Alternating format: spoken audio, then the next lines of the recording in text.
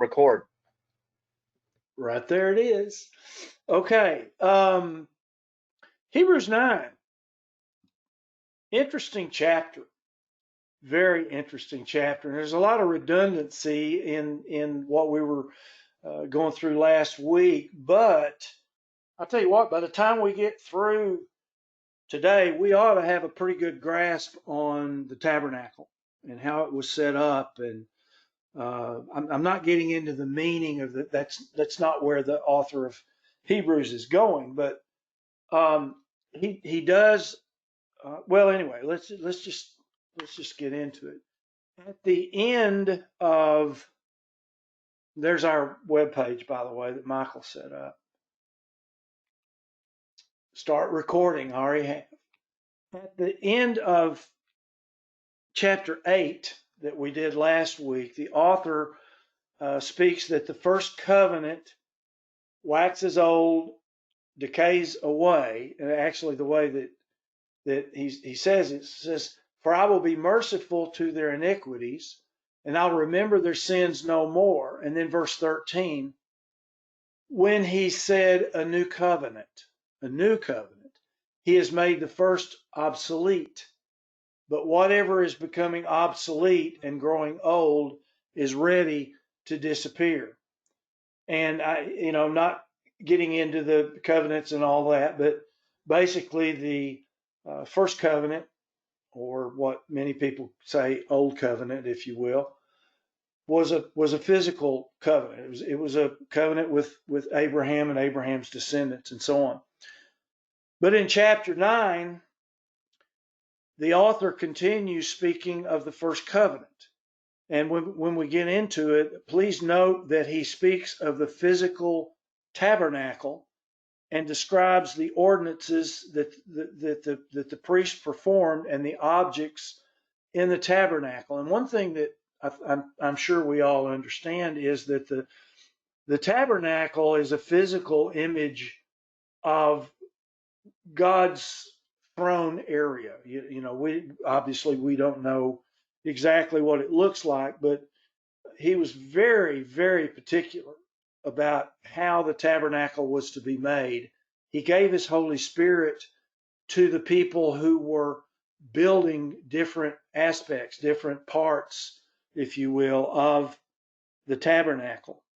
Now, I had no idea the depth of study that's required to cover just the first 5 verses of Hebrews 9. We could spend weeks and weeks on just the first 5 or 6 verses. But to be honest, maybe Arthur's here, so maybe I should just turn it over to him. But I don't know enough Greek and Hebrew to speak at depth about the things that this author talks about. The words, the Greek words.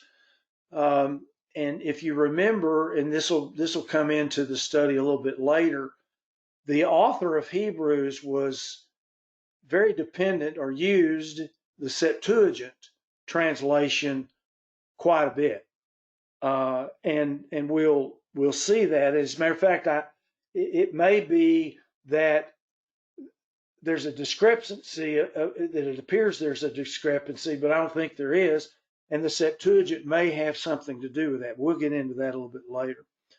Now, I recommend that you take a listen to a podcast called the Naked Bible Podcast. Mark mentioned this to me, and so I went I went onto the internet and I found Naked Bible Podcast, and then I searched for Hebrews 9, and I'm telling you what, those guys get into it so deep that I was about half lost. It's so in depth, the things that they talk about. So I highly recommend that you take a listen to the Naked Bible Podcast. It's number 174, or simply the Naked Bible Podcast Hebrews 9. and you might have to listen to it like I did about 4 times, and I still didn't catch all of it. But it's a very deep, in-depth study about Hebrews 9. So we'll get into some of the detail in this study today, but we're only going to scratch the surface. I'm not going to go anywhere near where those guys went.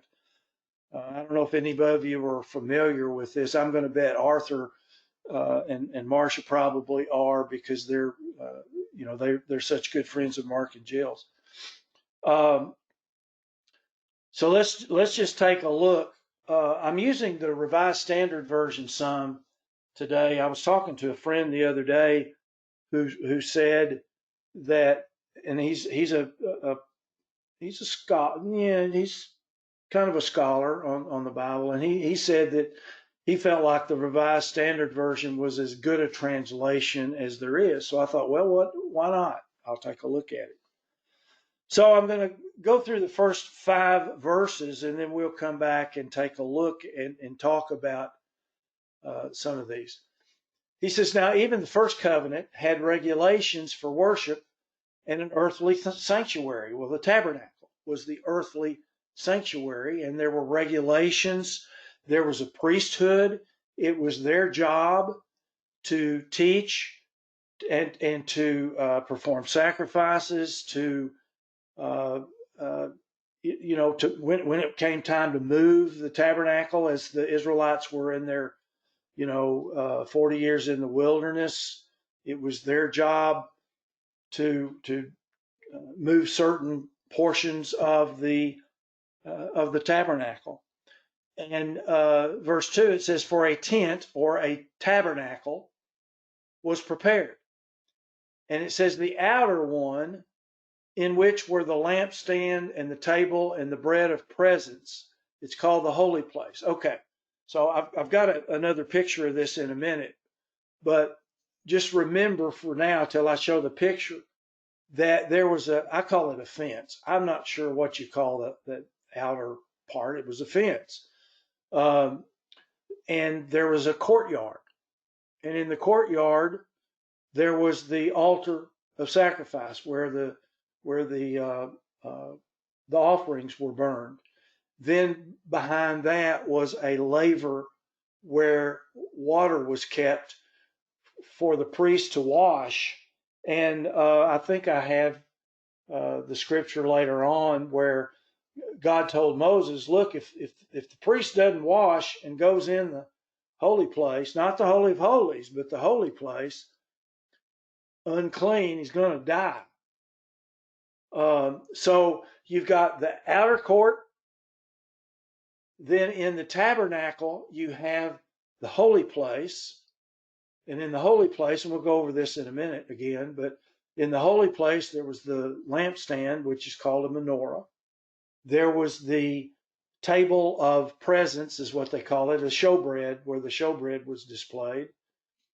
And then in the back, right up against the curtain, I don't know if it's touching the curtain or the veil, but it was right at the veil, was the altar of incense.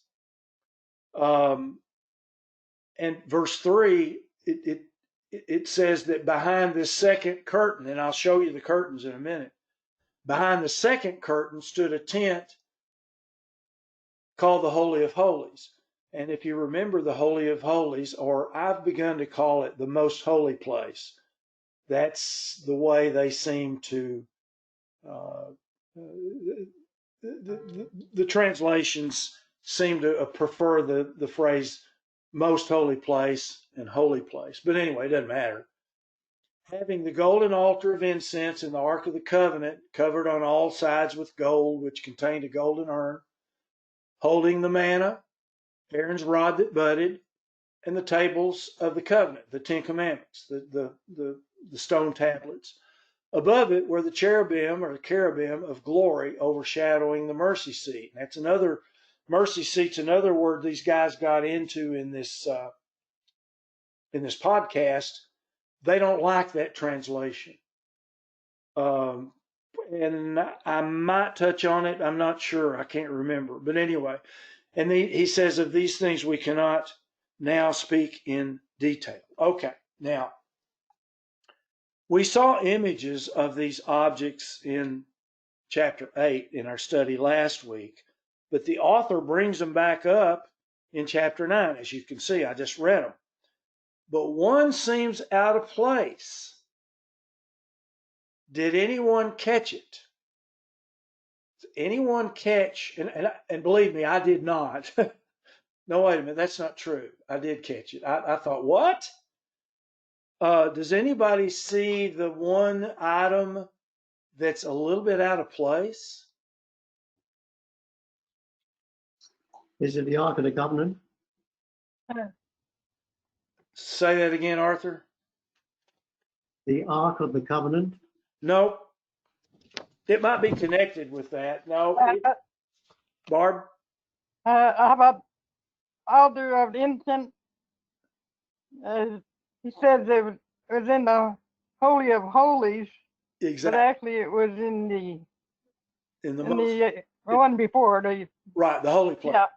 Yeah, that's the thing. It says right. the author of Hebrews in verse 4 or in verse 3 says, behind the second curtain stood a tent called the most holy place, or the Holy of Holies, having the golden altar of incense and the Ark of the Covenant. Now wait a minute. You go back and you look all you want in Leviticus and Numbers and maybe even Deuteronomy. I'm not sure.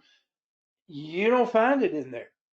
You find it in the holy place, not the most holy place. And we'll get into this. And I've got 4 explanations from scholars as to well, it's 4 explanations, but I think it's worth spending some time on. Now, here's a template of the tabernacle, which I thought was excellent. You can see this white line here is what I call the fence. I don't know what else to call it. And this purple line is another curtain, and I'll show you that in a minute. There was a curtain where the priest stood making sure that no Gentile entered this thing, or only, well, that's this outside curtain right here. So you come into the outer courtyard is what this area right here is called. And in the outer courtyard, you have the altar where the sacrifices were burned and the blood was to drip down to underneath it. And then the laver of water where the priests were to wash themselves before they entered this veil. That's not the veil that we talk about as the temple veil, which this is the tabernacle, but it's not the one that was ripped when Christ died. This is a separate veil. So you had the outer courtyard. Then you had the tabernacle, which is this area right here. And inside the tabernacle, you came in through the curtain. If you were a priest, you came in through the first veil. And over here is the table of presence, or the table where the showbread was. Right here was the menorah, or the candlestick. And right here, and I think maybe a little deeper than this, but anyway, here was the altar of incense. Then you had the veil that was split. Now, whether it was the same veil or not, I don't know. Somebody can jump in and tell me, because I don't know if it was the same veil that was put in Solomon's temple or what. But anyway, and inside that veil is the Ark of the Covenant, and in the Ark of the Covenant was the manna, Aaron's rod that bloomed when they were being tested as to what family should be the priests, and then the tablets of the Ten Commandments. Okay, so I thought this was a pretty good template, and then I've got another drawing which I think is even better. Right here. Somebody gonna say something? Yeah, Arthur here. Yep. The picture you've just brought up shows the angels with their wings spread out. The previous one didn't, but the angels' wings went to the left and right so that they could be seen through the sides. Okay, so that it was evident that that was the Holy of Holies, and there were the seraphim or cherubim, whichever they were called. But in the present picture which you've got up, it shows the angels facing each other, which, and I can't turn to the scripture right off my hands, but very clearly it says there back in the Old Testament in the Torah that the wings could be seen. So they must have gone from the left to the right of the covering of the altar. Okay, thanks. And you say they could see that? Yeah, they could be seen from the left and right side. You couldn't see the altar itself, but Okay. you could see the. Interesting. Okay. All right. So, So here's the fence. Does anybody know another name for it? I don't know what else to call it. I hate to degrade God and say it was just a fence, but I don't have another word. But here's the outer courtyard. You know, on the sides, this is the tabernacle here. And you can see that we have the altar out here and the laver of water where the priest would wash himself. And right here, and I really didn't notice this earlier. You notice right here, he has in his hand a gold, well, let's just say it's golden incense. What's the word I'm looking for? Anyway, we don't know about this right here. We don't know. There are some scriptures that may indicate that they had one. I don't know.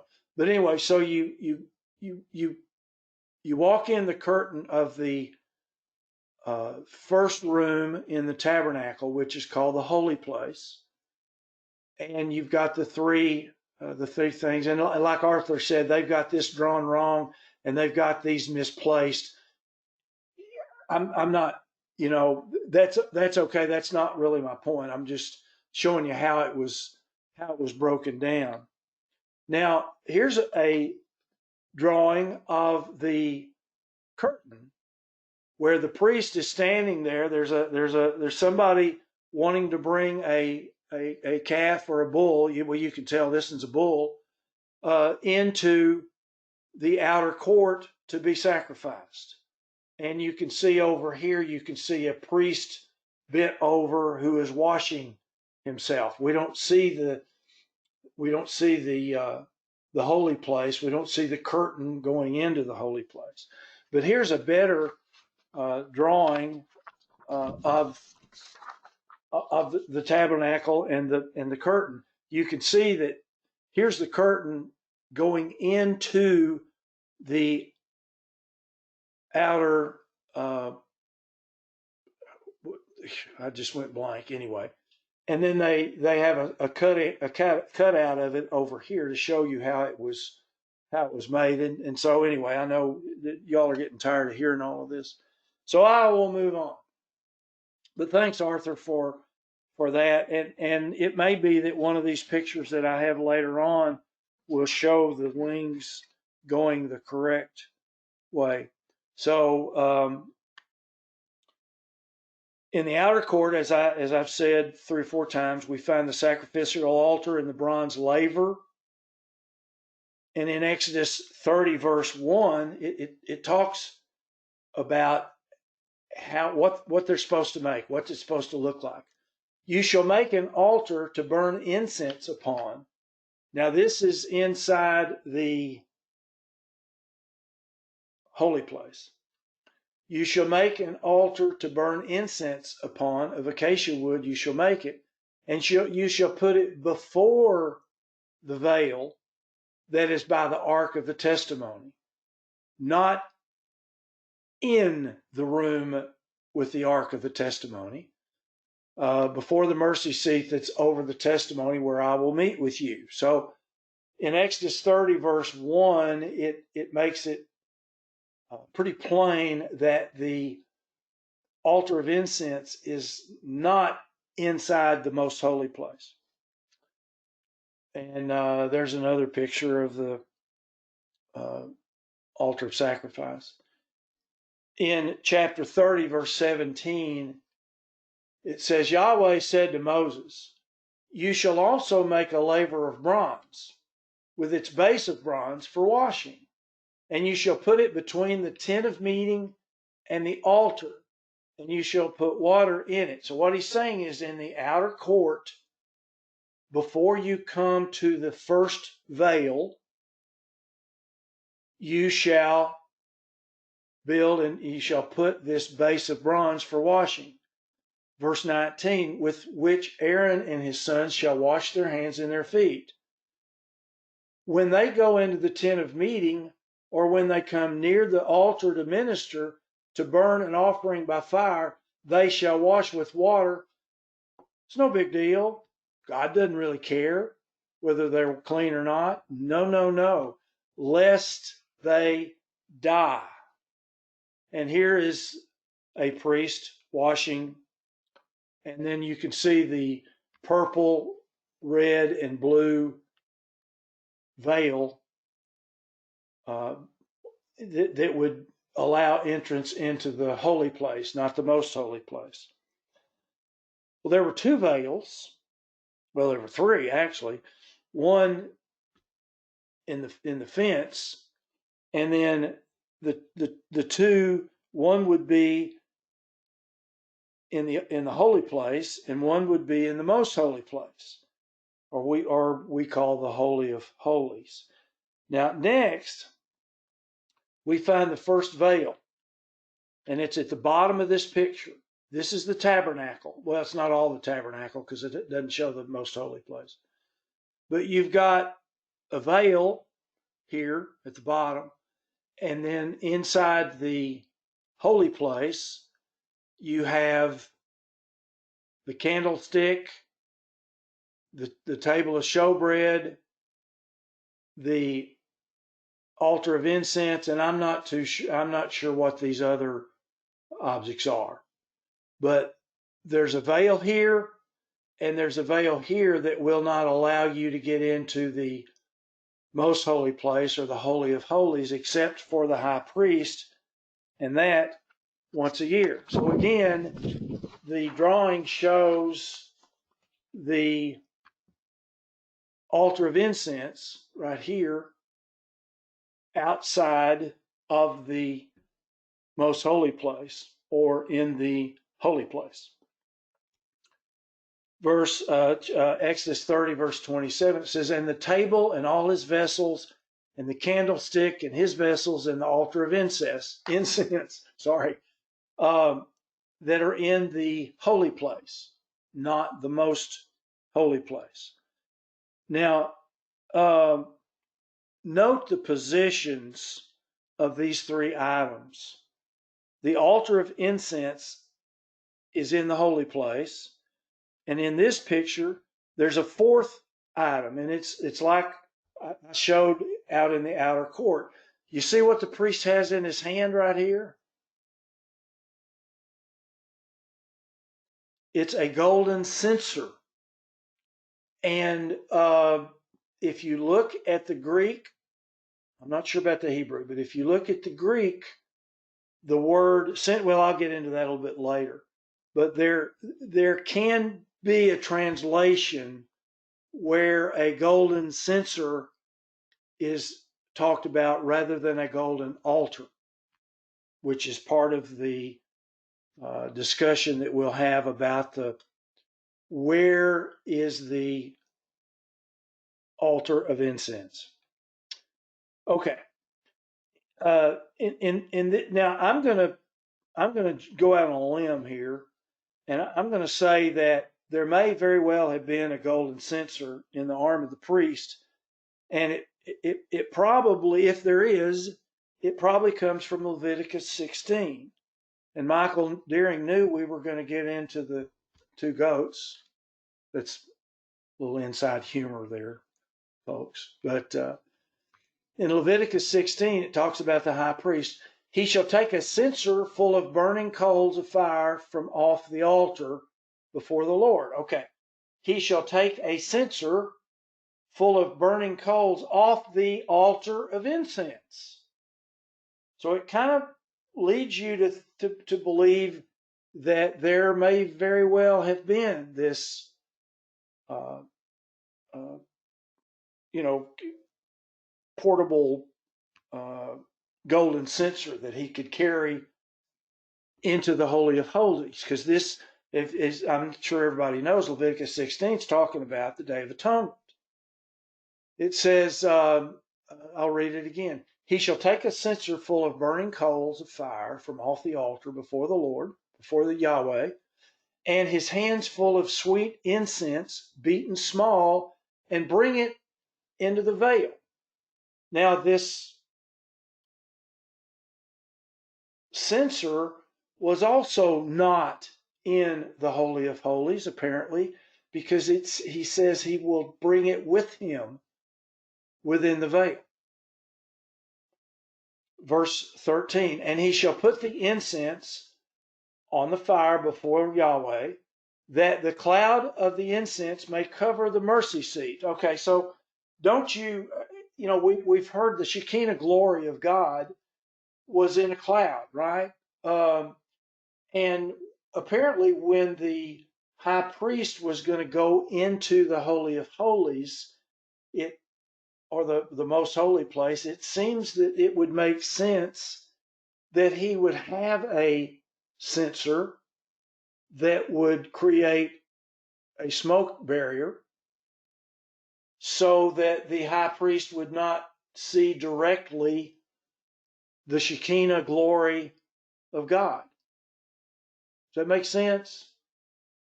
You know, I mean, it kind of says it, but I'm putting a little conjecture in here. So the cloud of incense may cover the mercy seat. We'll talk about that because these guys, and if you look at the translation, that may not be a great translation. May cover the mercy seat that is upon the testimony that he die not. And by the way, I'll just go ahead and tell you that. Well, no, I think I have it in my notes, so we'll come back to that later. Okay, so the author of Hebrews throws us a curve when he says, after the second veil, which is the most holy place, the tabernacle, which is called the holiest of all. It's the room in the tabernacle called the holiest of all. The most holy, the holy of holies, the holiest of all. You know, we all get the point. Which had the golden censer and the Ark of the Covenant.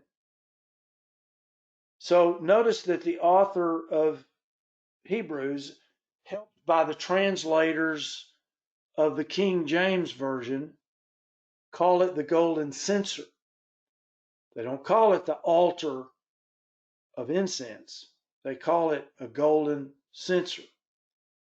And I hope we'll get into that a little bit later.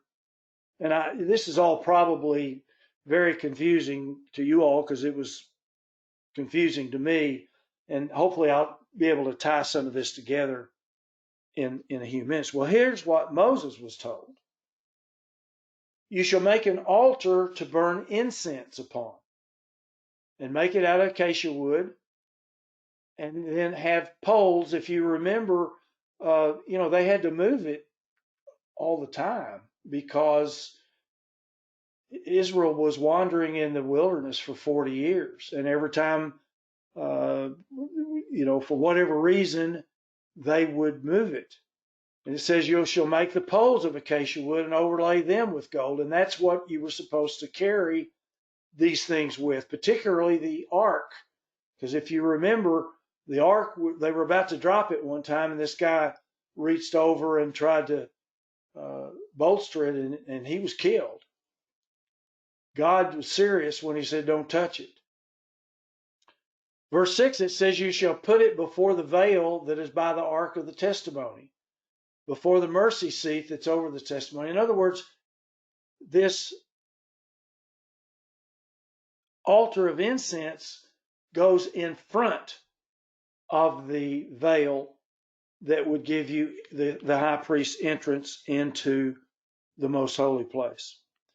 So Moses says the altar of incense was in the holy place, not the most holy place. But the author of Hebrews says the altar of incense or the golden censer was in the most holy place. So which is it? Or is it both? How do we square this? Exodus 40.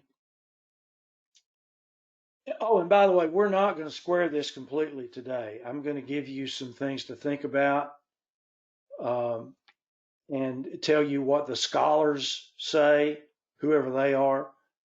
But in Exodus 40, verse 26, it says, and he put the golden altar in the tent of the congregation before the veil. It's talking about the golden altar of incense. And he burnt sweet incense thereon, as Yahweh commanded Moses. Now, this next one kind of threw me. I hope it throws you all. I mean, I hope you find it as interesting as I found. I bet you never thought the birth of Christ would come into play in a discussion about the tabernacle. Well, guess what? It does.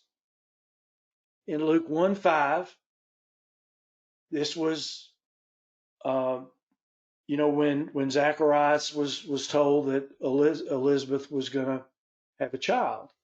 There was in the days of Herod, the king of Judea, a certain priest named Zacharias. He's going to be John the Baptist's dad, of the course of Abiah. And his wife was of the daughters of Aaron. She was a priest descendant. He was a priest descendant. And her name was Elizabeth. And it came to pass that now listen to this, while he executed the priest's office before God in the order of his course, according to the custom of the priest's office, what was his job? His job was to burn incense when he went into the temple of the Lord. Now, we all should understand that the only person that could go into the most holy place was the high priest. And he could only go in there once a year on the Day of Atonement. So when Zacharias was burning this incense, he was burning it in the holy place.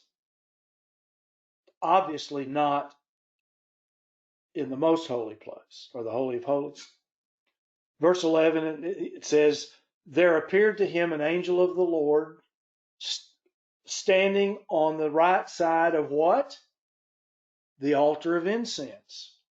And I was kind of shocked when I saw a reference to this, and I went and I read it, and I went, wow, I never thought I would be thinking of the birth of John the Baptist. I said Jesus, sorry. The birth of John the Baptist, or the conception of John the Baptist, would explain a part of where this altar of incense was. But he could not go into the Holy of Holies, or he would have died. Okay. Now back to Hebrews. Is this clear as mud? Yep, Yes, Barb. yep. Yeah. Well, that makes me think,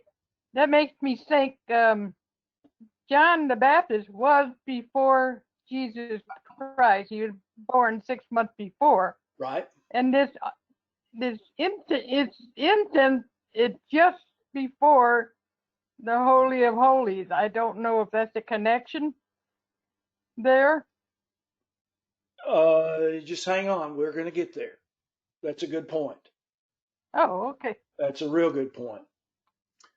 Um, so in Hebrews 9, 3 and 4, it says after the second veil, I've already read this. I'm gonna go on. Let's see. Okay, so you see the discrepancy. I hate to even use that word. You can see where the translators, um, maybe the scribes wrote it down wrong. I don't have a problem with that. I believe the original texts were perfect, but I do believe that the people who copied them were not.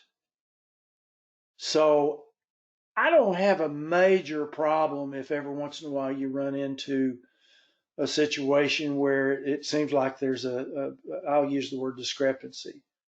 Because I don't think, maybe he did, but I don't think God sitting up in heaven with puppet strings directed the arm of the person writing this stuff down to write every single word perfectly. And I'm talking about the translators, and the copiers and so on. Okay. Now there are at least 3 attempts. I'm going to say there's 4 when you go, and I hope you will go listen to the Naked Bible podcast about Hebrews 9. But there are 3 attempts, and then 4 counting that one, to explain this quote discrepancy unquote. Number 1, only 2 items are mentioned in. Okay, these are the 3 ways that the scholars explain this difference. Only 2 items are mentioned in Exodus 26. And you shall hang up the veil under the taches, that you may bring in there within the veil of the ark of the testimony. And the veil shall divide to you between the holy place and the most holy. Okay, so we know where this is. This is at the back part of the holy place. It's where the main veil is, the one that would be ripped in half when Christ died. Verse 34, and you shall put and I'm going to go ahead and tell you right now that a better translation here would be propitiation, the forgiveness, whatever. These guys on the podcast talked about how that the translators had it in their mind that this, and they were right, was a type of God's throne room. And the only thing in there was the Ark of the Covenant. And so they were kind of going, well, God needs somewhere to sit. So they translated Kippur, which means covering, if I'm sure you all know that. And you shall put the covering upon the ark of the testimony. So what these guys say on this podcast is that the translators had it in their head that this is God's throne room and he needs somewhere to sit. And actually, I think later on they were talking about it was his footstool that he had. He had a throne, and then the ark is his footstool. I don't know. I don't want to get into all of that, but you shall put the mercy seat, or put the propitiation or the covering upon the ark of the testimony, the ark of the covenant, in the most holy place. Where? In the most holy place. Also, and most convincingly, how could the priests burn incense daily on the altar of incense when only the high priest could enter, and then only once a year, like we talked about a minute ago with Zechariah. A priest could not go into the most holy place every day and burn incense. It would take 365 priests a year to do that, because every time somebody walked in there, they'd be dead. So I'm little humor there. Probably not very much, but anyway. Now, the altar of incense is not mentioned as being in the most holy place right here in Exodus 26:33. The only thing mentioned is the ark. Exodus 30, verse 7 says, Aaron shall burn thereon sweet incense. When? Every morning. It's not in the Holy of Holies, the most holy place. Aaron shall burn therein sweet incense every morning when he dresses the lamps. He shall burn incense on it. Okay, so that's one of the ways that the scholars kind of answer. They don't really answer why did the author excuse me. They don't answer why did the author of Hebrews phrase it the way he did, but they make it pretty clear that the altar of incense was in the holy place, not the most holy place. Number two, the Greek word translated censer is thumiastrion, and it denotes either a place or a vessel used in burning incense. So it can be translated censer, or it can be translated altar. So it could be that the author of Hebrews is speaking of the golden censer and not the altar of incense. Now, some of the, yes. I was going to say that's what the translation you had up actually states. It says that in the golden censer, it doesn't say altar. Right. The King James says altar. Let me show you all. Thank you, Michael. I hope it'll be big enough for you to see it. And let's see. We want to go to Hebrews 9:5, I think. Oops, that's not going to work, is it? Hebrews 9, let's say 3. All right. All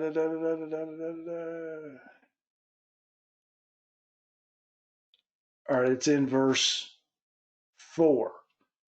The King James says, which had the golden censer. The NASB says, having a golden altar of incense. A little difference there, what Michael just brought back to my attention. The Complete Jewish Bible, which had the golden altar for burning incense. The Revised Standard, having the golden altar of incense. The English Standard, having the golden altar of incense. And then the Amplified says golden altar of incense. So everybody but the King James talks about the golden altar of incense, not the I'm sorry, I keep going blank on some of this stuff.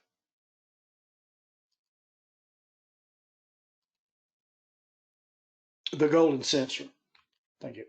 Okay.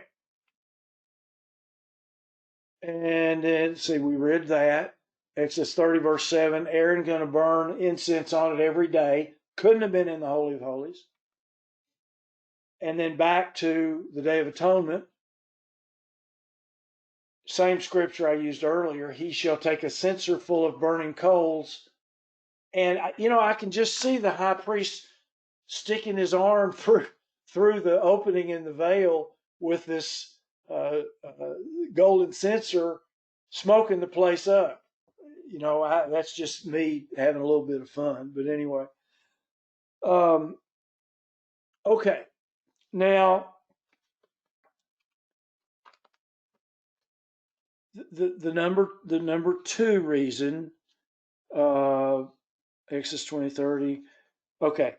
The Greek word translated censer, as I said, is thumiasterion.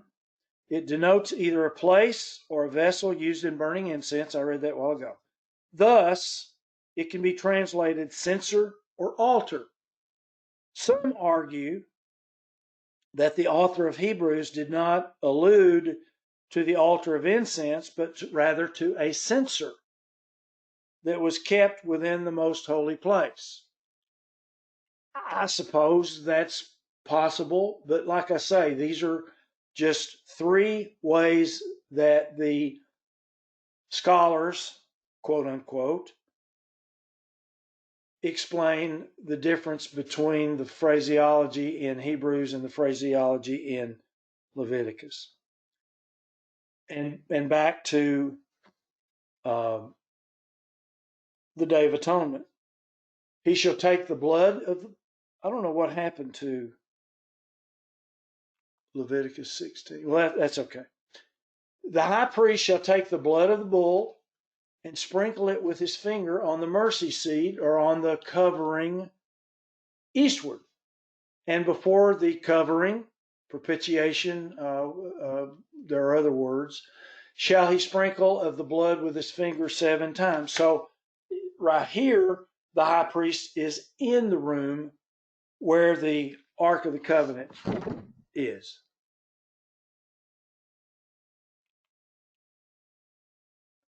And you shall put therein the Ark of the Testimony and cover the Ark with the veil. In other words, the veil is in front. You can't go in there without working your way through the veil.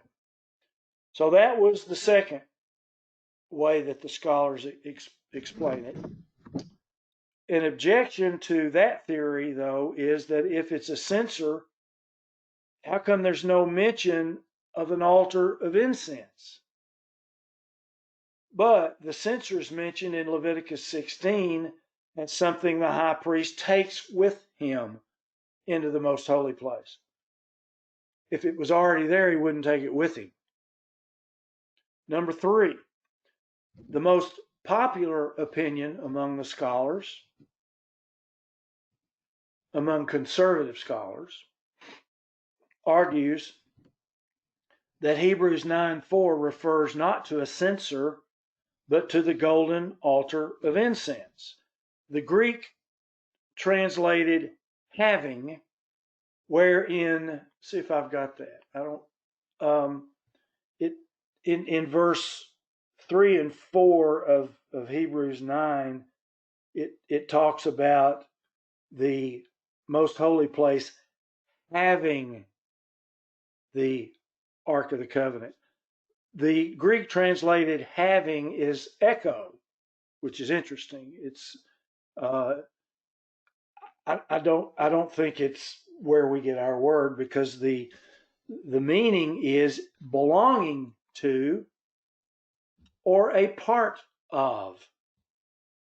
So the most popular conservative approach by these scholars is that it can be said that the altar of incense was adjacent to the veil, and the smoke from the incense passed through the veil into the most holy room. And they say there was a ritualistic connection between the Ark of the Covenant and the altar of incense, in that the high priest sprinkled blood on both of them on the Day of Atonement.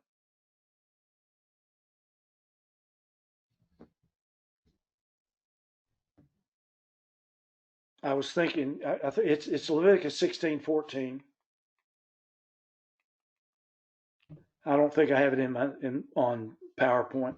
He shall take the blood of the bullock and sprinkle it with his finger on the mercy seat eastward, and before the mercy seat shall he sprinkle the blood with his finger 7 times. I read that a minute ago.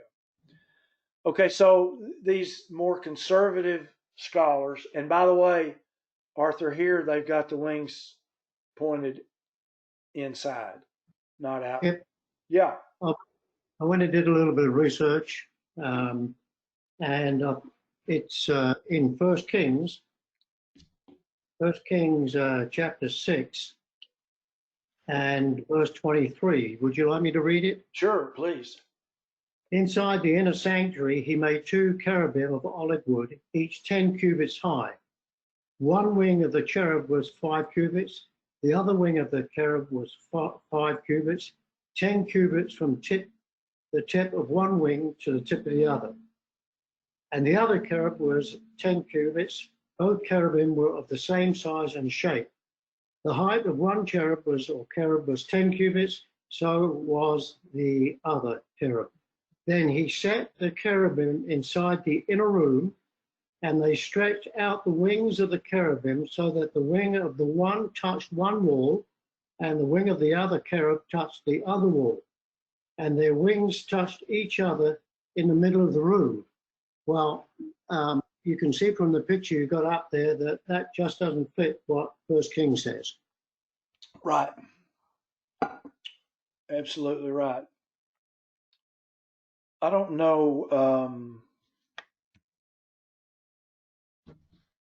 I don't have any other pictures. Let's just, as a matter of fact, here, we'll just not look at it anymore. My thought is this, that if you could see those wings when you go in the tabernacle and so forth, and you saw that there was a presence, that was a reminder that that was the Holy of Holies, and you don't go there except on the Day of Atonement. Well, where in this picture, where the man is standing, where the priest is standing to the right of the Holy of Holies, is that what you're saying, that they could see in from the side a little bit?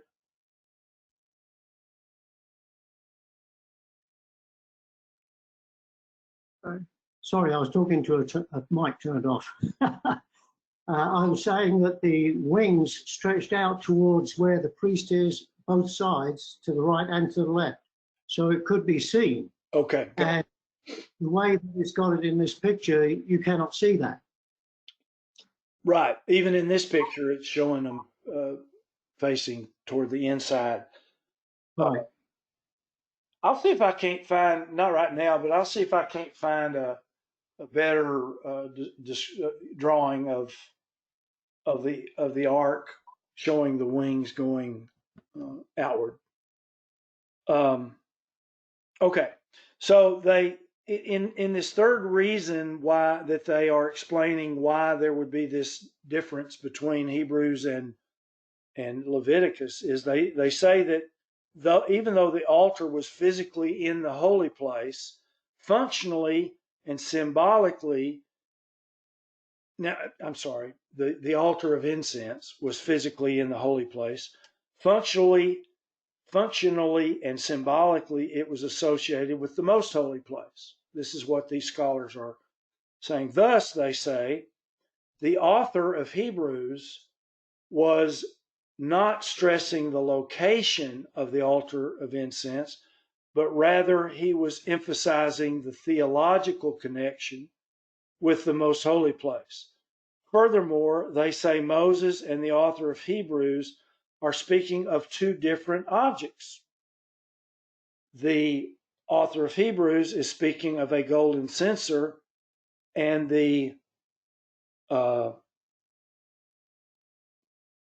and Moses, in writing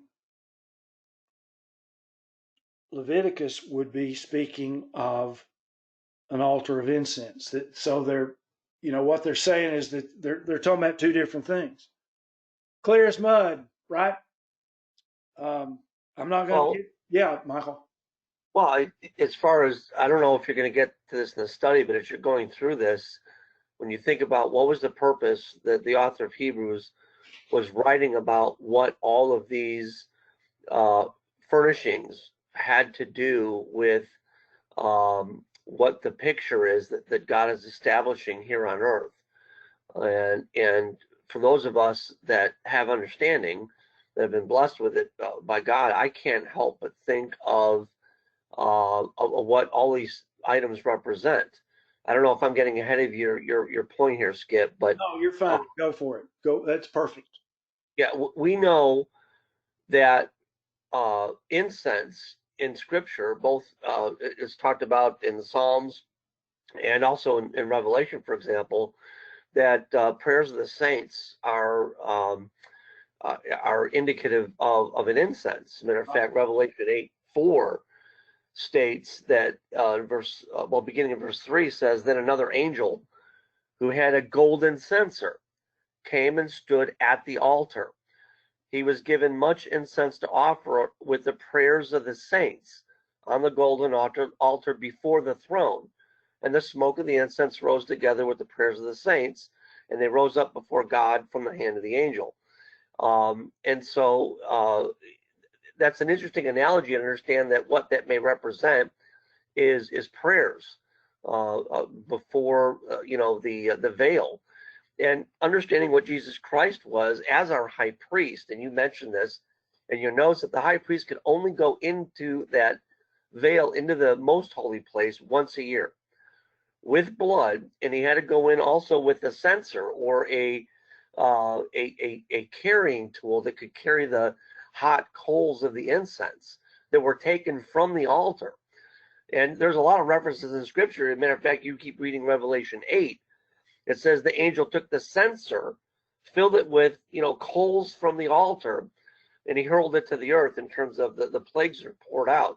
So obviously a censer in the translations are referring to some kind of a device that is carried into where those coals are going to be used or transferred. It's not a permanent or a furnishing like the altar, which was on, as you rightly pointed out, was on the outside of the veil of the most holy place. And what's interesting, if Jesus Christ is our most high priest, and he went into the most holy of holies with his own blood, and I like the picture that he himself is the one who brings the censer of our prayers directly to the mercy seat. So again, I don't know if you're getting this in the study, but that's kind of the picture that I'm seeing that the author of Hebrews is portraying for us. I hope I didn't step on your toes any. Not at all. I'm glad you covered that, because I was not. Yeah, I in chapters 8 and 9, I didn't plan on talking about the tabernacle at all, and yet I didn't have any choice. And so thank you. I'm glad you mentioned the symbolism of all that. I mean, all of these things are symbolic of things that apparently are in God's throne room. And your example of the prayers of the saints and the incense is absolutely perfect. Well, Theda brought up some interesting thoughts before the study began. And she mentioned, and you've mentioned in past studies, about how God gave his Holy Spirit to those that would be constructing the furnishings that were going to go into the tabernacle, for the specific purpose of creating a physical representation of the reality that exists at the literal throne room in the third heaven of Yahweh. And so that's why he had to give them the Spirit to, actually construct all of these things. So I think that also plays into what all of these things portray in terms of spiritual realities. So we look at what Hebrews, the author of Hebrews, is trying to convey to us, and all of these furnishings are a physical representation of spiritual realities that we normally, with our own senses, cannot perceive. And I think he's trying to help us come to grips with the spiritual reality that all points to Christ and what he is doing, and what the purpose of all of these things were. That as you began the study, the physical furnishings, the first covenant is being not abolished, but it's being modified. It's being changed because it has to, because it only pointed to the spiritual realities. It wasn't the spiritual reality. I don't know if I'm talking over everyone's head. I'm trying to get what's in my mind out via words, and I don't always do a good job of that. Anyway, go ahead. Well, I really like the way you use the word reality, because the reality is what's in heaven. The reality is what's in God's throne room. It's these things here are a shadow, if you will, of the things that are in heaven that God deals with, or Christ deals with, or the angels, or whatever. And I think you really covered it well, because I'm not going in that direction. So thank you. Now the fourth, by the way, I'm gonna say Michael's explanation just then is the fourth explanation of why these scriptures would seem to be different, and because I think that was absolutely perfect, and these other people that I was reading about didn't quite have the insight that Michael has. The fourth explanation can be heard on the Naked Bible blog, Hebrews 9, and I'm telling you folks, it is deep, deep, deep, or else I'm shallow, shallow, shallow. I may be like the song from, Lady Gaga and what's his face. Now, the men who do the blog, and they are good. I mean, I'm not talking down about it. I'm just saying they get into a lot more detail even than I do, and I love detail. But they get into the Septuagint, which is a little bit different than what we read in the King James or the NASB or the Revised Standard or whatever, which they say supports the Hebrews version. So remember that the author of Hebrews quotes quite regularly from the Septuagint. Now, in the blog, and Arthur, I'm probably going to need your help here, because I know you've studied this particular thing, but they speak of the Masoretic text in this blog, which is often used as the text that we need to look at. Now, I don't know if the Masoretic text is the Textus Receptus, which the King James only people seem to feel that the only version of the Bible that you can have has to be translated from the Textus Receptus. I don't think maybe it is the Masoretic text. If anybody knows, please let me know. However, yeah, Arthur, please. What is important, we're getting a little bit into the weeds here.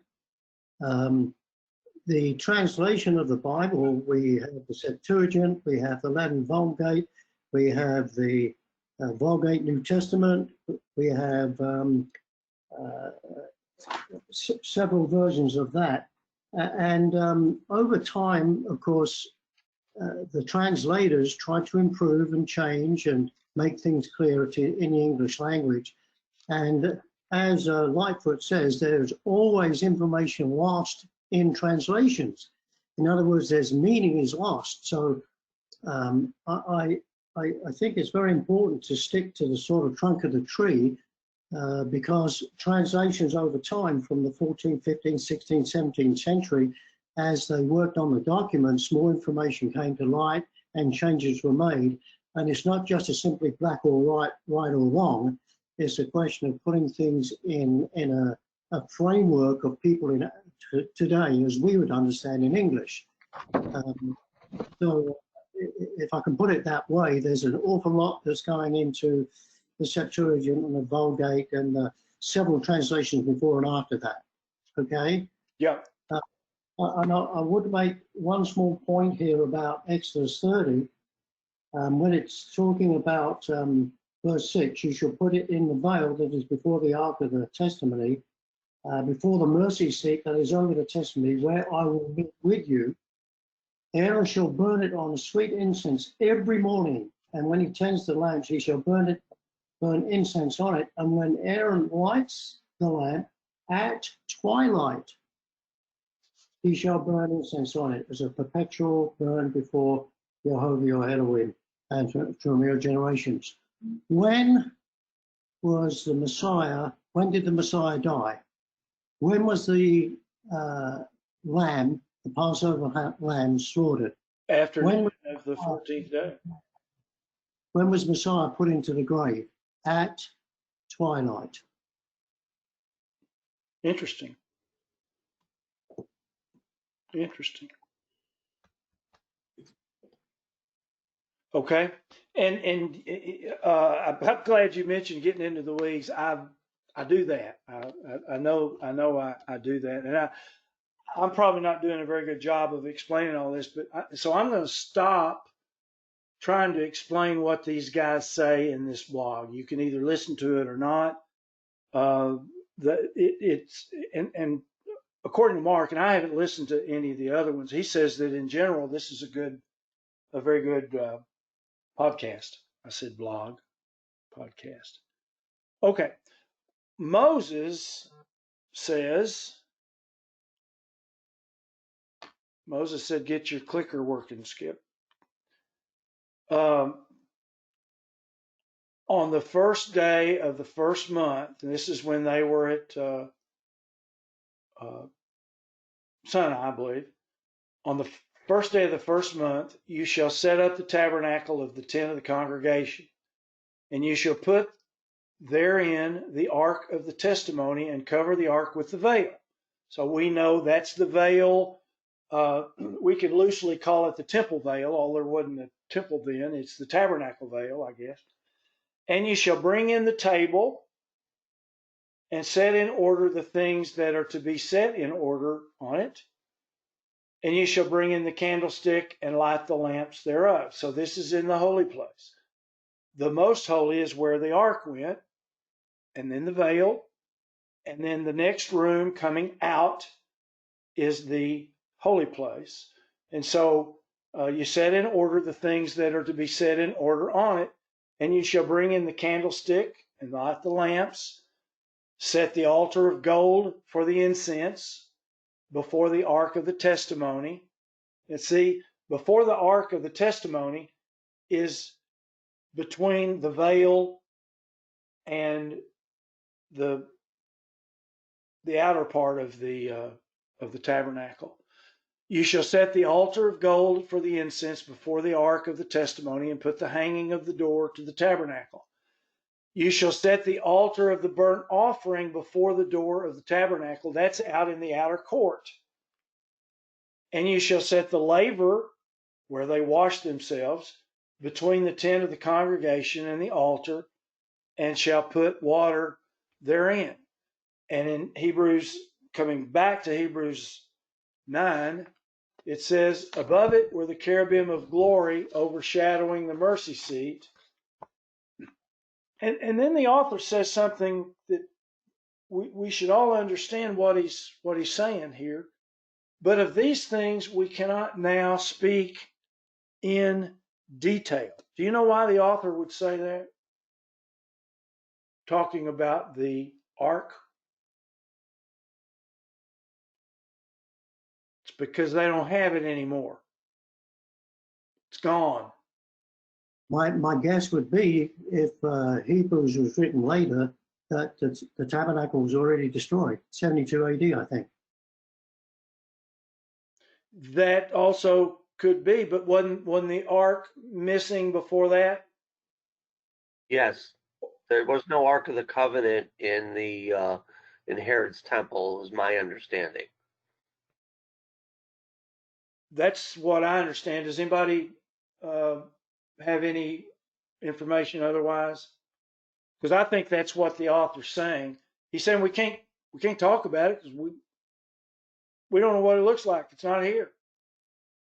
Well, one point of question is just someone, maybe Arthur knows, was it the Assyrians or the Babylonians that ransacked and destroyed the temple in Judah, and that's when it went missing? Was it the Assyrians that did that during the first conquest of Israel, or was it later when the Babylonians took it that I thought that it went missing? I don't know. I can't remember off the top of my head. But since we're talking about the ark not being in Herod's temple, it's just a point of reference. It would make sense that it was the Babylonians, because didn't the Assyrians just attack the northern tribes? Did they come down into Judah? I don't remember. Yeah, I think it was just the northern tribes of Syria took captive and destroyed everything, and the Babylonians came later and destroyed and took the plunder. And that my understanding is that's when the Ark of the Covenant also went missing. But I'm not a biblical historian, so I don't remember off the top of my head.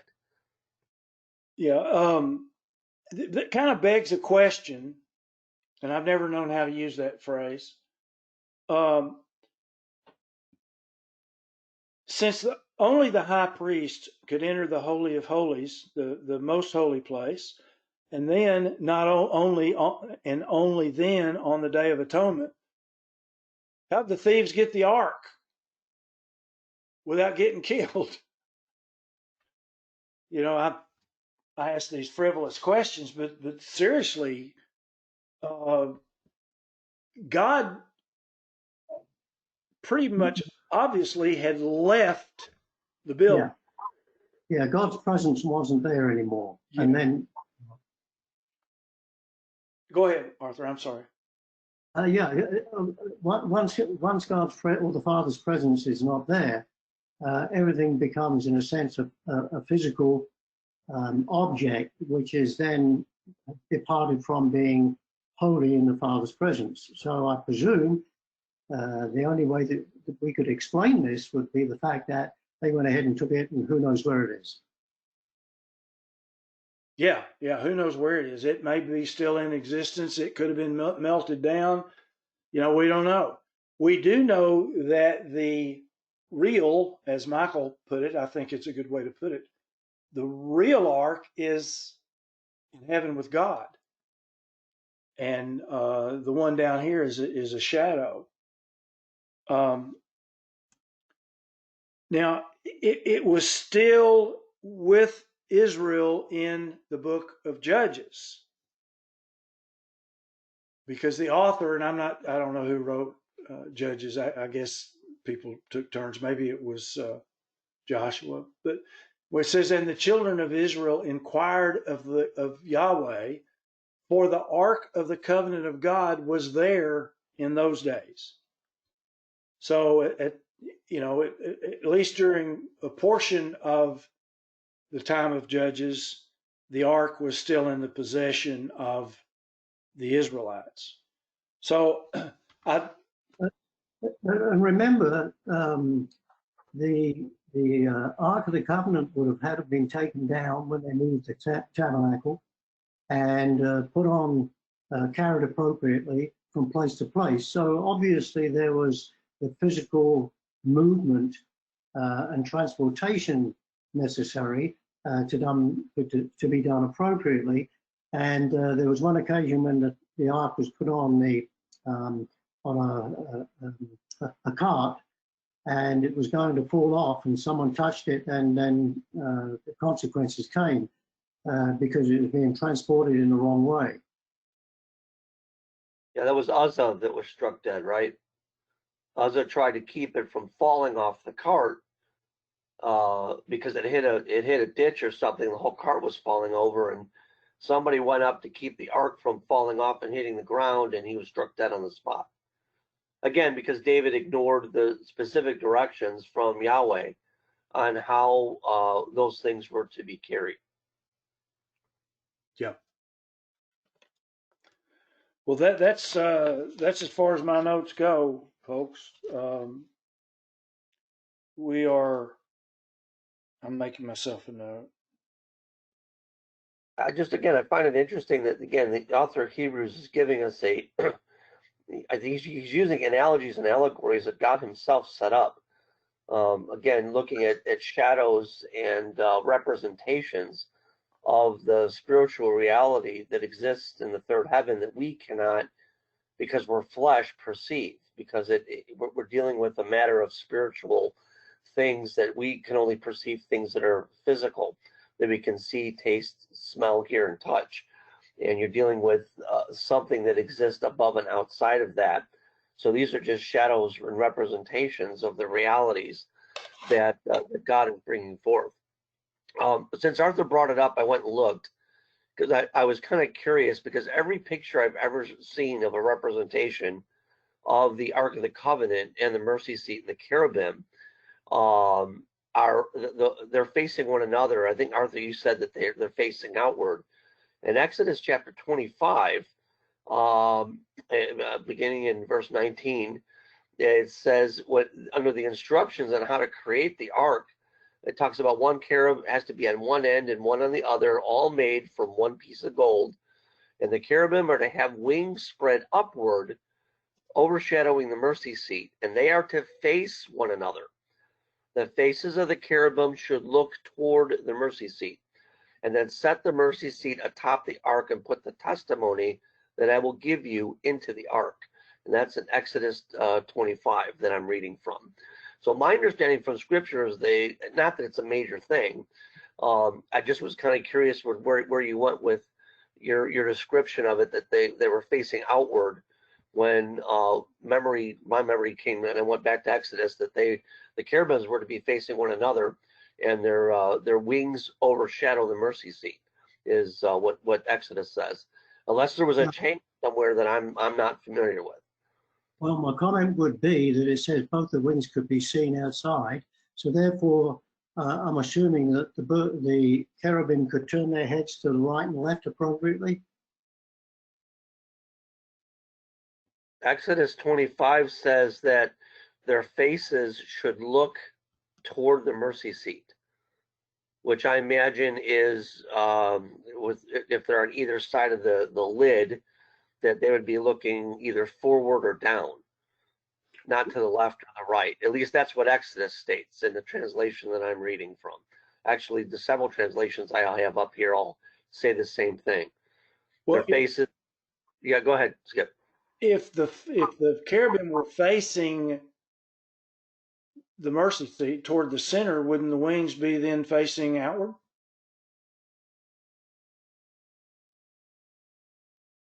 Or up. Or up? Yeah. Verse 20, it says the cherubim are to have wings spread upward or up, overshadowing the mercy seat.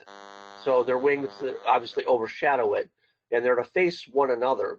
The faces of the cherubim should look toward the mercy seat, is what verse 20 says. Okay. And again, we're making a big, huge deal about all of this, but again, these are all physical representations of the reality that exists in the third heaven. And it all, again, the author of Hebrews is going through great pains to explain the temporary nature of the first covenant and the permanency and perfection that is the new covenant that we have in Yeshua Messiah, Christ the King, who is our high priest, who went into the holiest of holies with his own blood and with, I'm assuming, the censer. Arthur brought up a really good point that his body was put into the grave at twilight. That's when Aaron was to light the incense.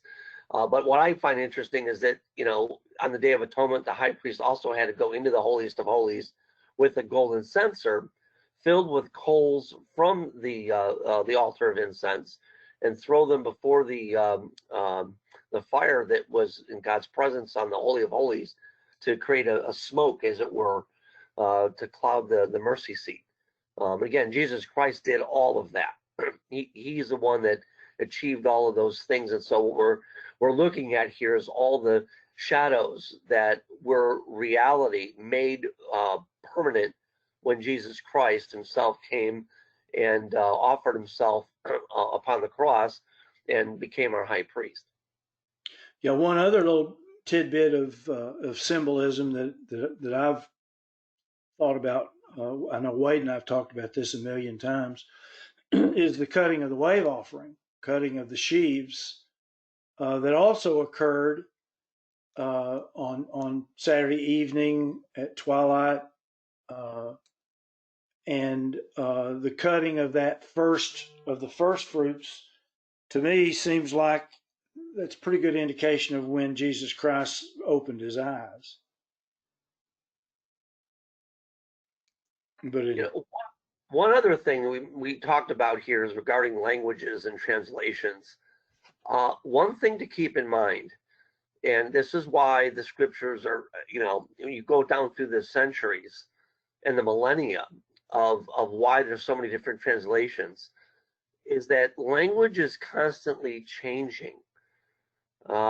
Just look at our own language in the United States of America over the last 10 years. I literally have to ask my children what certain words mean now because the meanings have changed.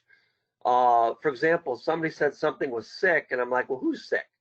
Like, no, Dad, they're sick. It means it's good. So, and of course, our politicians have changed the meaning of words. And so once they get accepted into a modern lexicon of language, the translation is going to naturally change.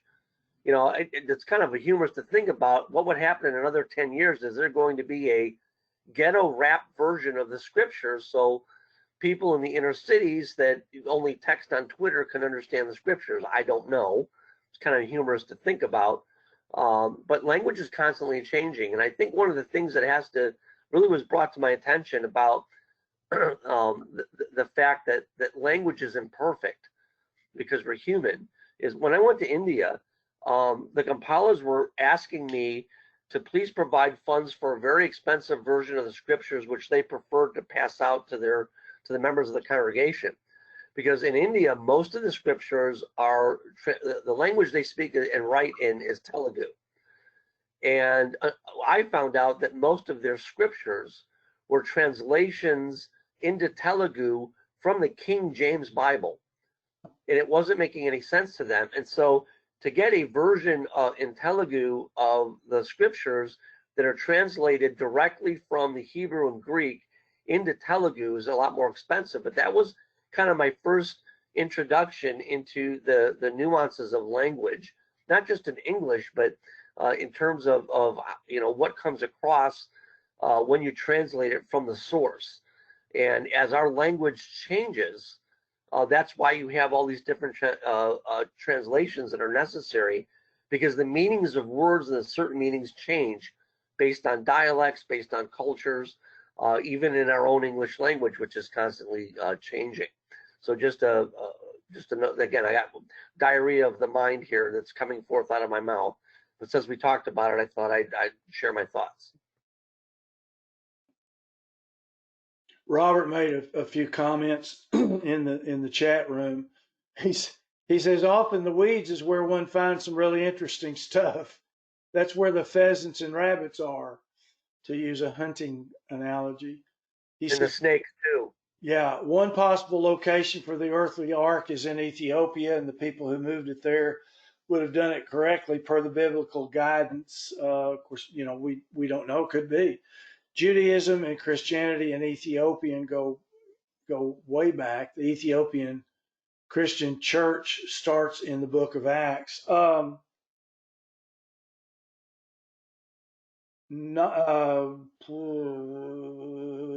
are Egyptian Christians called? It's not Gnostics. It's something like that.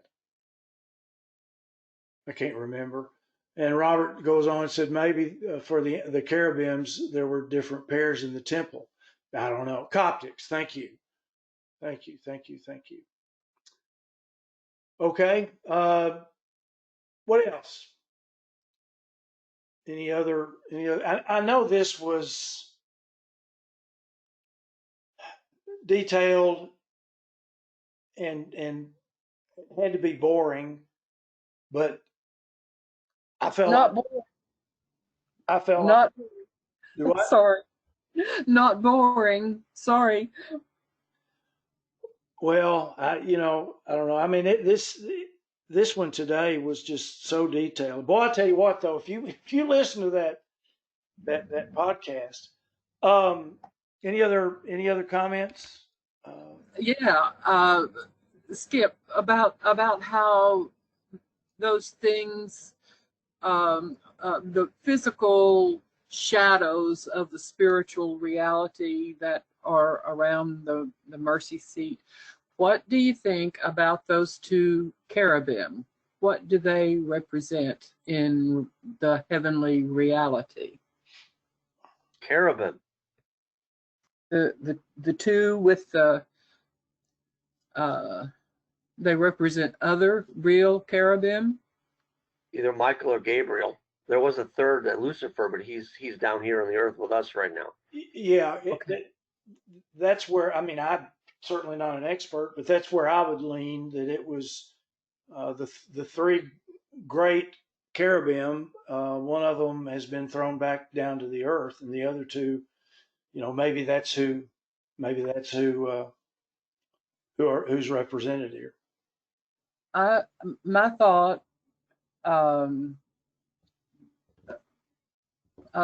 remembering that there were two angels in the tomb, at the tomb, one at the head and one at the foot, when the two Marys were there.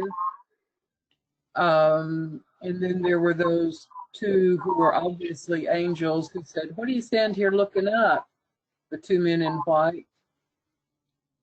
And then in the Revelation, it talks about the two candlesticks standing before the throne. Yeah. And then I think about the two witnesses. And I think that these cherubim would have become the two witnesses, would have been witnesses all the way back as far as I could see, was when they accompanied the Lord when they sort of descended on Abram and then later Abraham on their way down to destroy Sodom and Gomorrah. That those two carved images would have been, I mean, his two witnesses would have been with him whenever, wherever, the whole time. That's the thought I had. And it's just food for thought. That's all. But I think this has been a most interesting discussion, not boring at all. Well, I'll hear from Diane in a few minutes if she'll tell me. Okay. Any other comments? Arthur, you're up. Yeah, I'd just like to mention that I think we overlook a lot of what Theda was saying there about spirit beings. Of course, we've mentioned the obvious ones. There were angels at the Garden of Eden, preventing anyone going in and out after the humans were kicked out. We have Manoah, the mother of Samson, and if you go, it was about Judges, I think chapter 6 or 7, right around there. You have this remarkable incident of, I don't use the term angel. In Hebrew, it's malak, which means messenger. Messenger, yeah, thank you. So, there are messengers which are sent out. There was another one. Who was it who was riding on the horse or donkey and kept banging into the wall? Balaam. Yeah, and he said, it's just as well your donkey did that, otherwise I'd have had to kill you. And then Joshua going to the promised land, and an angel of the Lord with a sword or messenger was standing there with a flaming sword. And Joshua said to him, surprisingly, are you for us or against us?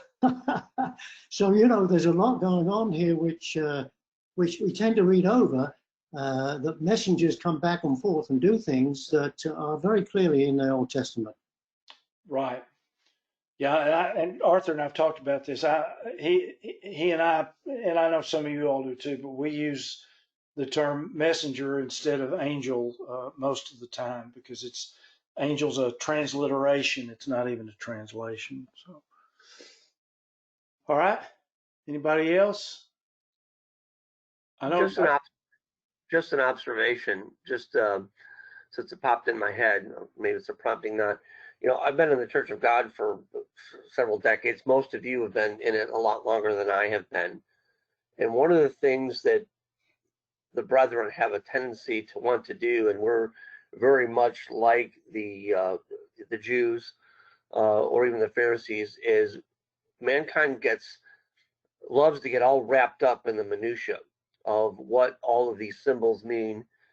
They get really, really deep into, and they'll argue with one another over these things about what the cherubim represent, exactly what furnishing was placed where and what it represents, and the Hebrew words, the Greek words, they have to be pronounced correctly or else. And these types of things again become our entire focus.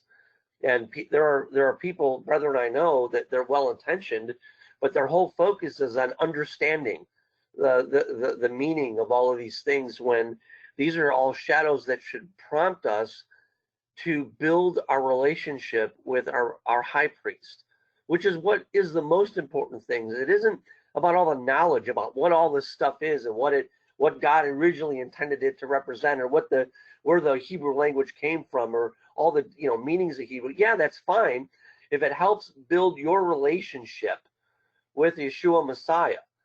Because remember, one of the things that Jesus warned about in his parables, at the wedding supper, he'll say, depart from me, I never knew you. Obviously, building a relationship with Yeshua is the most important thing for us to do, because he's our high priest. It's okay to have understanding if it builds that relationship, but head knowledge and gaining knowledge for the simple sake of arguing to be right is not where our focus needs to be. It should be building a relationship with Jesus Christ. It should be building our relationships with one another, and it should be uplifting and building the body so that we can all go in together and be there at that wedding supper.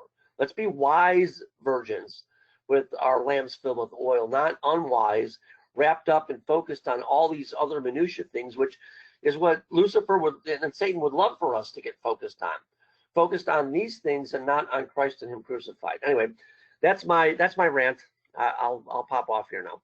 Good point, or good points. Anybody else?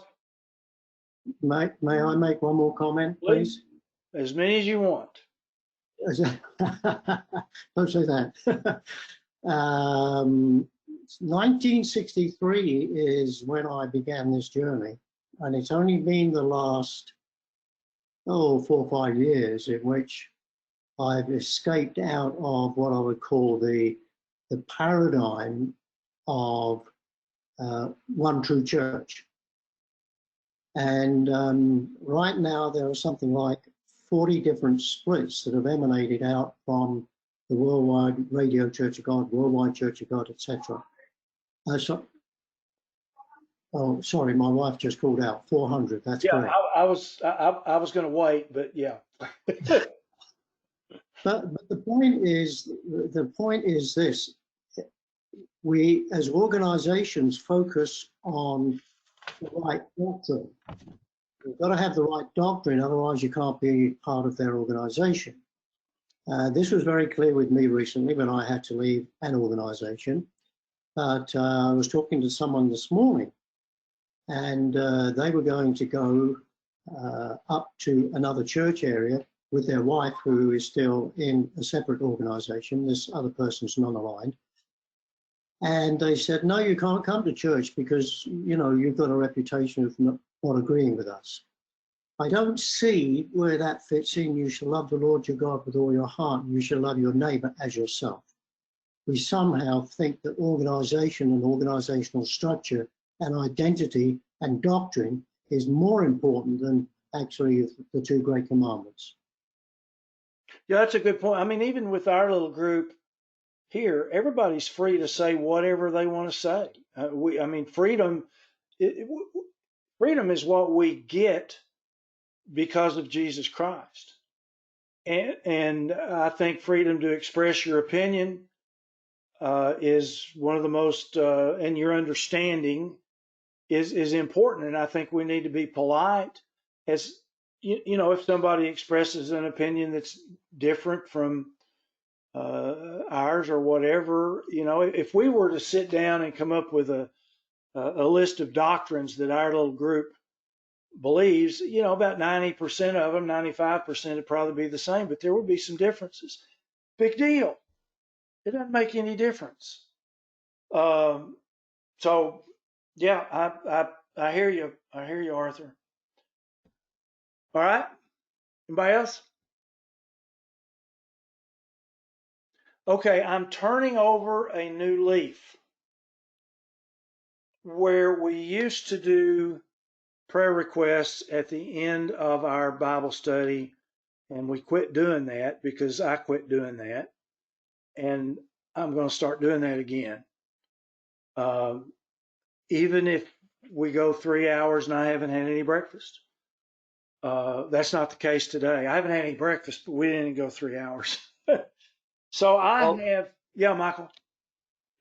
well, if I could make a request on your behalf, Diane, bring the man some breakfast. She offers. Yeah, while I'm flapping my gums or Arthur is giving us wisdom and other people are talking, you can have a munch of toast or an egg or whatever. And even if you smack a little bit, I don't care. You don't have to fast in order to serve us the spiritual food you're giving us. Don't physically waste away. Well, Diane asks me almost every morning if I want breakfast because I'm not a breakfast person. So it's not her fault. It's usually my fault. But anyway, He always says he doesn't have time. He doesn't have time to eat. Well, you're gonna tell on me this morning, aren't you, Diane? well, the fact is, I have diarrhea of the mouth, so once I start yapping, you got plenty of time to finish an entire 4-course meal, usually, Skip. Well, I went in and I told Diane, I said, I've got to take a quick shower. I've only got 2 minutes. And she said, Skip, it's only 9:30. And I said, I know. That's why I've got to take a quick shower. Well, she said the word 9:30. I heard 10:30.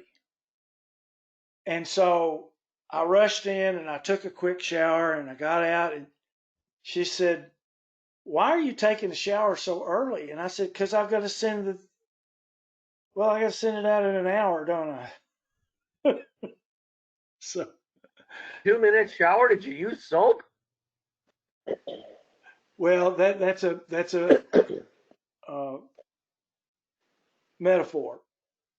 Michael, he also said if he ate breakfast, he would go to sleep. That's true. Oh, I can understand. Yeah, I would have gone to sleep during the study, which I did once before. yes, because go ahead. Okay, I got this one this morning. Some of you all may have also, but the Aschenbrenners have I'm not sure how old he is. He's close to newborn. He's newborns. Yeah. Newborn. Okay. And he apparently has a hole in a portion of his heart. And I think the doctors have said sometimes this will fill up itself. But anyway, Carrie has requested prayers for their newborn son, and I'm going to leave that. That's here. This is number 1. His name is Diane Jackson. Jackson. Yeah, Jaxon, I believe, is the way it's spelled. But Randy and Carrie Aschenbrenner need our prayers for their sons and their newborn. And I sent this out the other night. Robert Puckett passed away of COVID-19. His wife, Nancy, has been a faithful member of the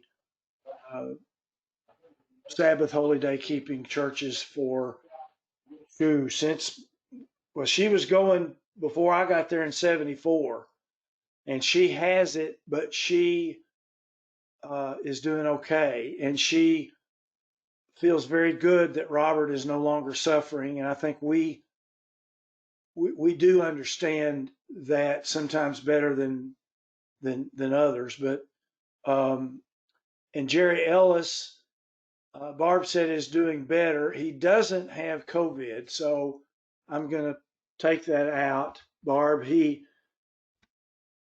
just has a low grade fever and is very weak. Is that correct?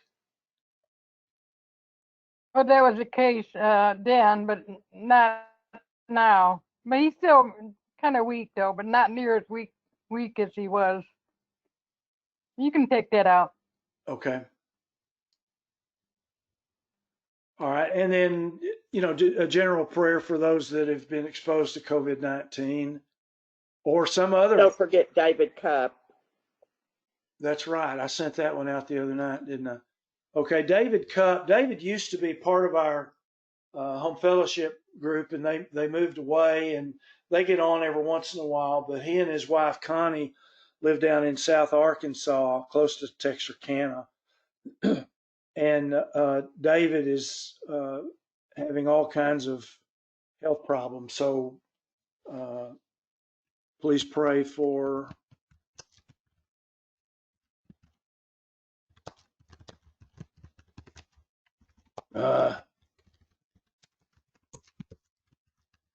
Do you remember specifically, Diane, what it was? No, I don't, Skip. Okay.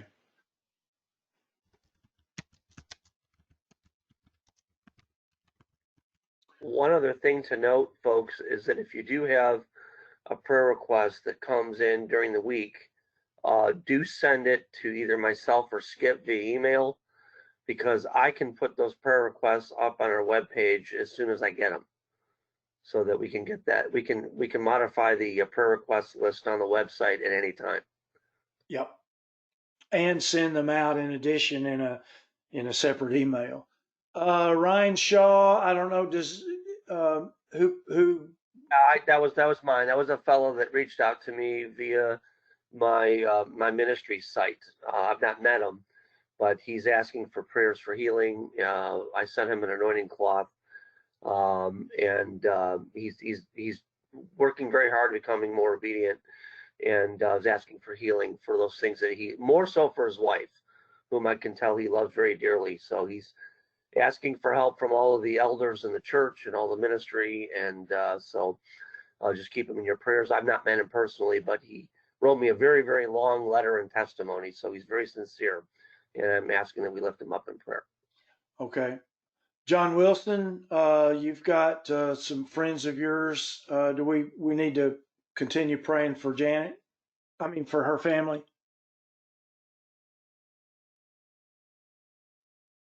Or Michael, do you know if? His mic might not be working. It is his son-in-law's mother that passed.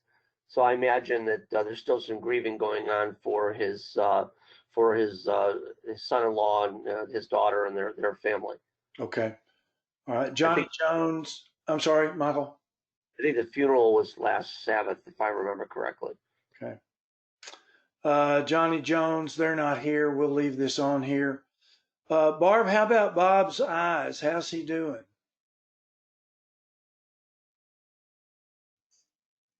Well, it's pretty much the same. He's got an appointment coming up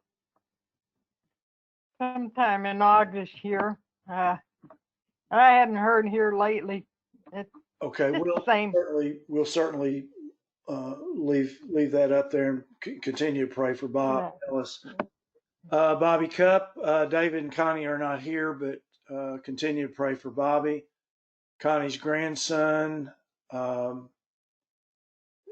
Judy. That would be this year. Of course, they're probably, I don't know if they're going to attend the feast. People with health problems need to think and really, really hard. Also, they need to think about crossing state lines because, we don't know. There's a lot of states that have 14-day quarantine requirements for you.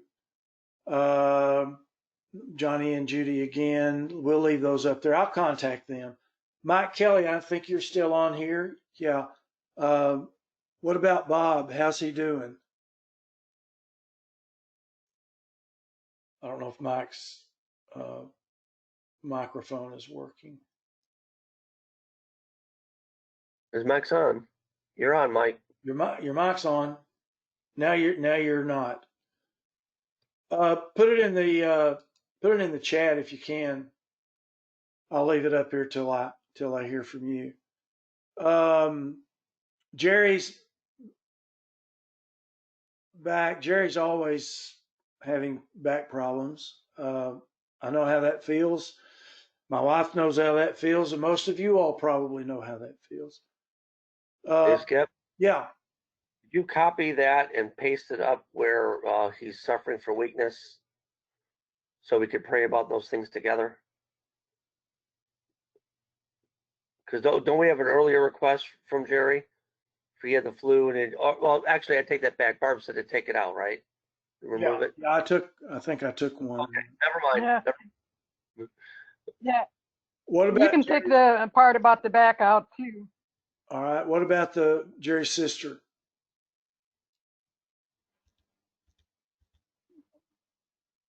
I don't know what's that about. That was a long time ago. Yeah, well, this is from. Uh, Okay, take it out. yeah, his sister died, so I think that's what it was about. What about Florence and Ben? Who died? Ben? Ben died.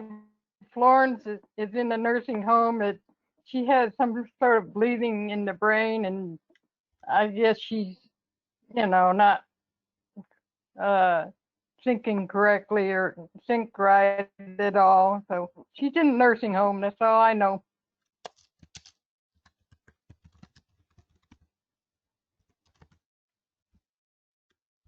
No, those are old prayer Yeah, requests. old, very old. Jerry, we know he went and got. All right, Dave. I mean Wade. I'm sure Wade's tooth is not a problem now. Just in general, keep praying for Nina. Um, she has acid reflux really bad and some other issues. Jim, is Jim here today? I hadn't heard from him, so Oh, yeah, there he is. Yeah. what about Louis? Hello. Well, the situation down there is worse with the COVID. Everybody has to stay in their house. They can only go shopping on 2 assigned days a week. But I mean, he's making it day to day, but he and the country still need your prayers and maybe prayers for the U.S. to provide some help, or either in getting rid of Maduro or getting them some medication or something. Okay. Food and medicine is short. Emberly Compton. I don't know who his is. Colorado. What about the droughts and everything out there, Arthur? I've got something on that. Is that Mark? Yeah, it's Mark. Well, Hey, what? Mark. Hey. So you could change that to a praise. In the last 10 days, we have received more rain than we have been expecting, and it's not much compared to what Arkansas gets, but a downpour for us is a ½ inch. Yeah. So we've received probably 1.5 inches or 2 inches in the last 2 weeks, which is great news. So thank you very much. I think Colorado Springs, where I don't want to speak too much for Arthur, but Colorado Springs been having regular rain, and they are well healed as far as rain goes, I think. Okay. Well, please speak for Arthur. He's been doing a lot of it today. He's probably tired. No comment, Arthur. He's really helped a lot today. He's added a bunch. Michael, what about Amaruth Gumpala? Yeah, well, Prasad was with us today. He's offline at the moment. He did say they had really bad internet connections, and I'm assuming because of the lack of power, I'm wondering if he was trying to join us through his cell phone, but he had a bad signal. No, please keep her in prayers. This leg and joint issue that she's suffering from is probably due to all of the work that she does, that she's done when I lived with them, and she'll be suffering from that for a while. But it's progressively getting worse for her. So she does continue to need prayers for that. Okay. All right. Any new prayer requests anybody has? Yeah, I'm gonna, I got a prayer request from Amanda. She's Amanda Caldwell. She's asking for prayers. They have to travel and go up near Chicago, and she doesn't want to go into a lot of detail about it, but prayers for protection, strength, and peace relating to that trip. They have to go up to the city, and all the cities. If you got to travel anywhere near the cities is dangerous, more so than it's ever been, as you've been watching the news. So obviously, there's a lot of unsettled worry about. I mean, I know I would be, and my sister lives up there, and I have no desire to go up there to even see them because of all the unrest. Okay. Anybody else? Okay, Robert's got one. Let me just copy that. It'll be easier.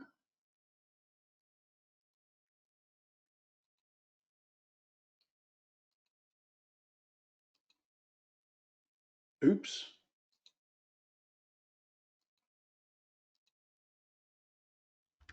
Robert asks that we pray that we'll be blessed with the ability to clearly discern truth from lies, yeah, and the strength to obey God's will for our lives. Okay. All right. Anybody else?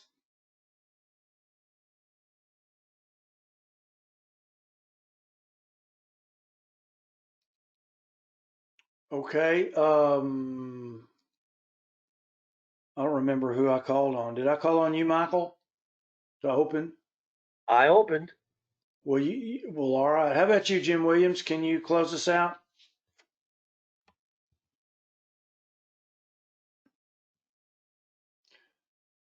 While he's finding his microphone, I'm going to send this to you, Michael. That'll teach me to go and get a cup of coffee. That's right. Exactly right. I can't leave my desk, so you can't. Well, yeah, but it'd take you longer because I can have a cup of coffee quicker than you can get breakfast. Well, that's true. That's true. All right. Father in heaven, Almighty Creator, thank you for the blessing of another Sabbath and another service and Bible study with all of the insight from Skip and all of the participants today. We ask your blessing on us in the coming week. Our nation is certainly going through some major problems, not only of disease, but of what's fairly close to insurrection.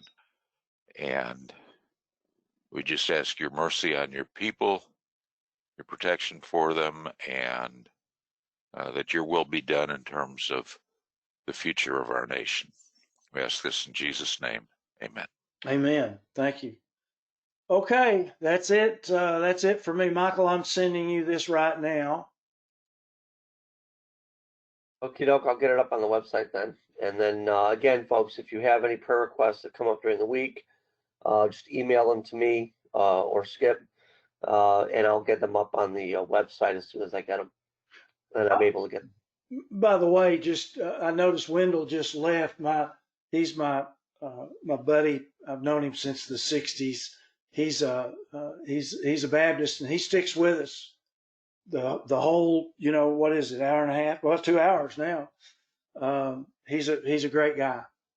Anyway, okay, I'm done. Next week, Hebrews chapter 10, and Tuesday night we will be. I thought Michael would be up next week. Yeah, that's what I said. Next week, Michael.